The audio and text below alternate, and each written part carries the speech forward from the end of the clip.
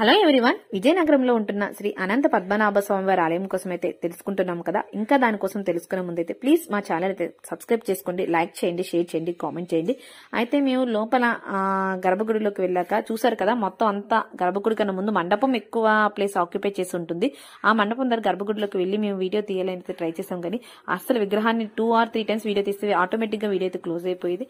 And finally third time అయితే నాకు కొంచెం పాసిబిలిటీ అయింది. తర్వాత కూడా చాలా డిస్టర్బెన్స్, బ్లింకింగ్స్ అవి రావడం వల్ల నేను ఎక్కువ సేపు అయితే వీడియో అయితే తీయలేకపోయినా. అదేనండి ఆ విగ్రహం.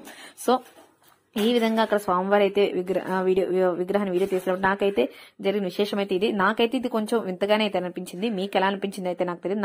నా అభిప్రాయం అయితే నేను మీతో అయితే షేర్ చేసుకున్నాను. అయితే ఇక్కడ స్వామివారు కూడా మనకు సర్వసాధారణంగా ఉంటారు, ఎక్కువ అలంకరణలో కూడా మనకు కనిపించరు. అండ్ ఆ ముందు మండపం అనేది కూడా సింపుల్ గానే అయితే ఉంచుతారు. ఇంకా దీనికోసం అయితే నేను మీకు నెక్స్ట్ వీడియోలోని చాలా డీటెయిల్ గా దాని ప్రెజెంట్ ఎవరు చూసుకుంటున్నారు ఏంటనేది నేను మీకు నెక్స్ట్ వీడియో చేసి చూపిస్తాను.